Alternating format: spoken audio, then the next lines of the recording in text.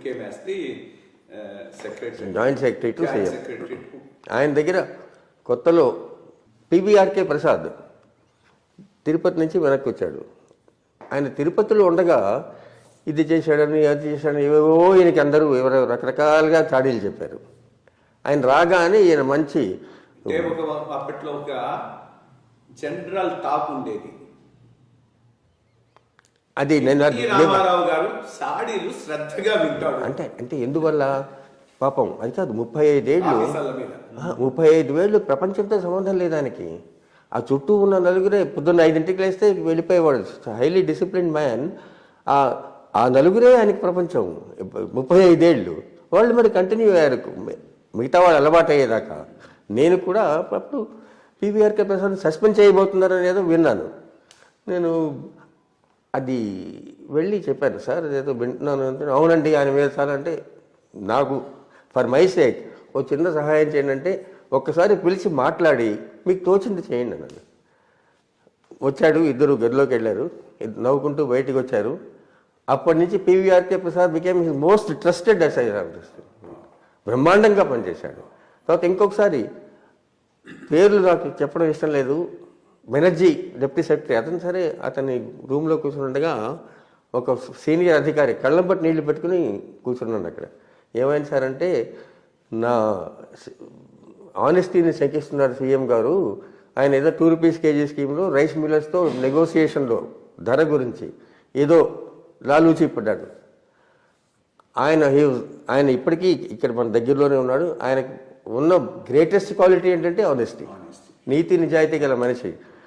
నాకు అసలు ఏం మాట్లాడుతున్నావు తెలియకుండా గవాస్కర్ చెప్పాడు ఒక టెస్ట్ మ్యాచ్లో, ఏదో చైతన్ శర్మకి రాంగ్ ఇస్తే చెవిలోంచి పొగలు వస్తున్నాయని చెప్పి అటువంటి ఫీలింగ్లో ముఖ్యమంత్రి గదిలోకి వెళ్ళిపోయి ఐ స్టార్టెడ్ షౌటింగ్, నన్ను కూడా సస్పెండ్ చేయండి సార్, ఎందుకంటే సొంత ఆఫీస్లో ఉన్న అధికారినే సస్పెండ్ చేసేంత నీతిమంతుడు మన సీఎం అనిపించుకుంటారు మీరు ప్రజల్లో అంటే ఏమైంది మోహన్ కూర్చోబోయా అంటే అప్పుడు చెప్పాను, ఆయన ఎవరనుకుంటున్నారు మీరు ఏం విన్నారో నాకు తెలియదు. మళ్ళీ ఆయన పిలిపించాడు, మాట్లాడుతున్నారు, అంతా సర్దు. ఆయన ఆ పైన అది government of India women and child వెల్ఫేర్కి వెళ్ళారు కదా. ఇన్ఫాక్ట్ ఆయన కమిషనర్ సివిల్ సప్లైస్ గా కావాలని వేయించుకున్నాడు, నేను రాగానే వేయించుకున్నాడు, ఉండేవాడు బాగా చేశాడు అని చెప్పి స్పెసిఫిక్ గా ఆయన వేయించుకున్నాడు. ఆయన కూడా అంటే ఎన్టీ రామారావు గారి తప్పు కూడా లేదు, కానీ ఆయన తప్పు తెలుసుకుని వెనక్కి తగ్గాడు. అది అందులో నాకు చిన్న పాత్ర అని చెప్పి అనిపించి సంతోషం.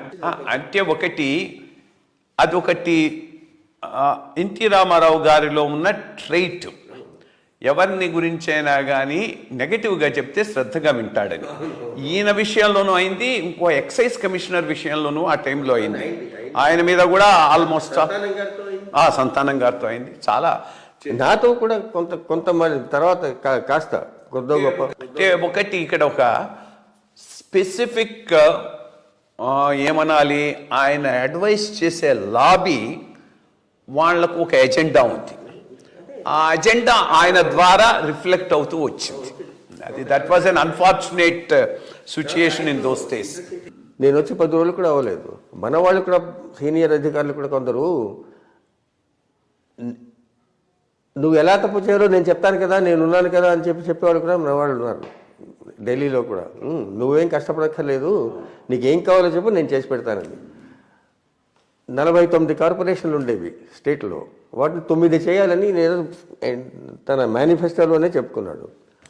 సో ఎవరికో చెప్తే ఒక ఆయన మన సీనియర్ మోస్ట్ అధికారి ఒక చిన్న కాగితం ఇచ్చాడు, ఇవి 42, ఇవి ఇలా చేస్తే 9 చేయొచ్చని. అది జేబులో నాకు ఇచ్చి ఢిల్లీ వెళ్తున్నాము. మోహన్ ఆయన అంటే మరి ఎన్టీ రామారావు గారు ఫస్ట్ రాష్ట్రపతి భవన్, ఉపరాష్ట్రపతి, దెన్ ప్రైమ్ మినిస్టర్, అక్కడి నుంచి ప్రెస్ కౌన్సిల్ మీటింగ్లో ఇది నాకు ఇయ్యని చెప్పి ఇచ్చాడు. సరే వెళ్ళాము, నేను చూశాను, సంతకం లేదు, అది జరిగే పని కాదు. ఒకటి కోఆపరేటివ్, ఒకటేమో స్టాచ్యుటరీ బాడీ, ఒకటేమో కంపెనీ.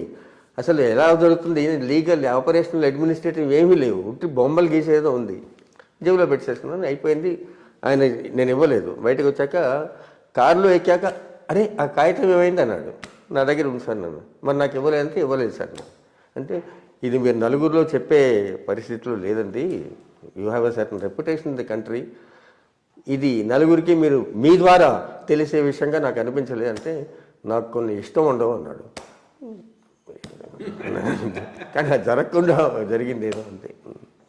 అదే ఎన్నాళ్ళు ఉన్నారు ఎన్టీ రామారావు గారితో? అప్పుడు 1.5 years ఉన్నారు. అక్కడి నుంచి ఎక్కడికి వచ్చారు?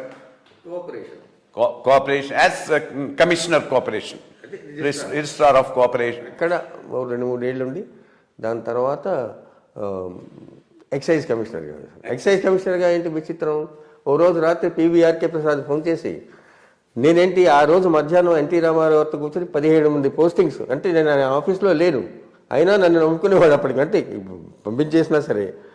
అన్నీ వేశాక చివరికి నేను సార్ నన్ను అగ్రికల్చర్లో వేయండి నాకు చాలా సరదాగా ఉందంటే అన్నాడు. ఆ రాత్రి నాకు పివిఆర్కే ప్రసాద్ ఫోన్ చేసి రావయ్య వెల్కమ్ అన్నాడు. ఏంటి నాకు తెలీదు. నాకు ఎంత కోపం వచ్చిందంటే మర్నాడు పొద్దున్నే వెళ్ళి హేమచంద్ర ప్రసాద్ ఆయనకి ప్రైవేట్ ఆయనకి ఎక్సైజ్ కమిషనర్ వచ్చాడని చెప్పాయా, మోహన్ కందా వచ్చాడని చెప్పొద్దని చెప్పాను. ఎందుకంటే నాకు అంత చిరుగా ఉందన్నమాట.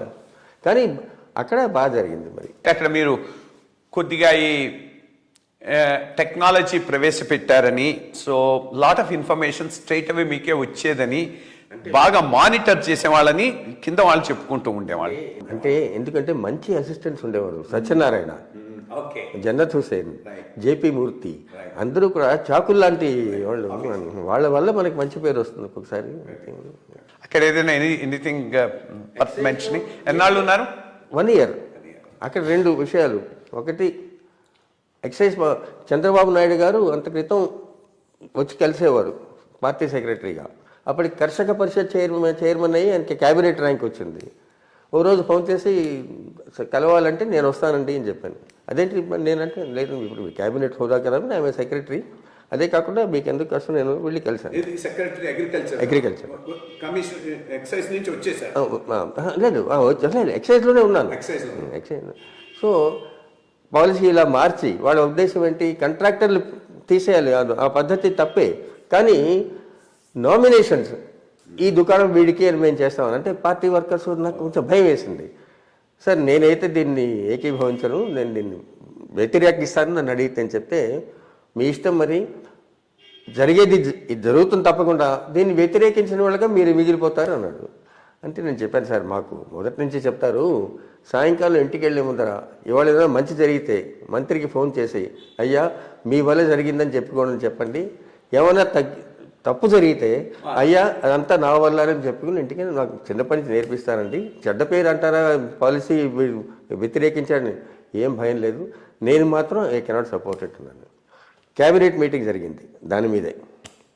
అప్పుడు చంద్రబాబు గారు ఉండడు కదా, క్యాబినెట్లో ఉండడు. నాకు సెక్రటరీ ఉండేవాడు, additional secretary, chief secretary finance ఉండేవాడు, చీఫ్ సెక్రటరీ, నా మంత్రి, ముఖ్యమంత్రి, ఎవ్వరూ మాట్లాడలేదు ఎక్సైజ్ పాలసీ.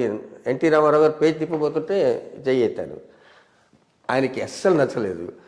నా వైపు చూడకుండా చీఫ్ సెక్రటరీ జిఆర్ నాయర్ గారు ఆయన వైపు చూసి he wants to say something అన్నాడు.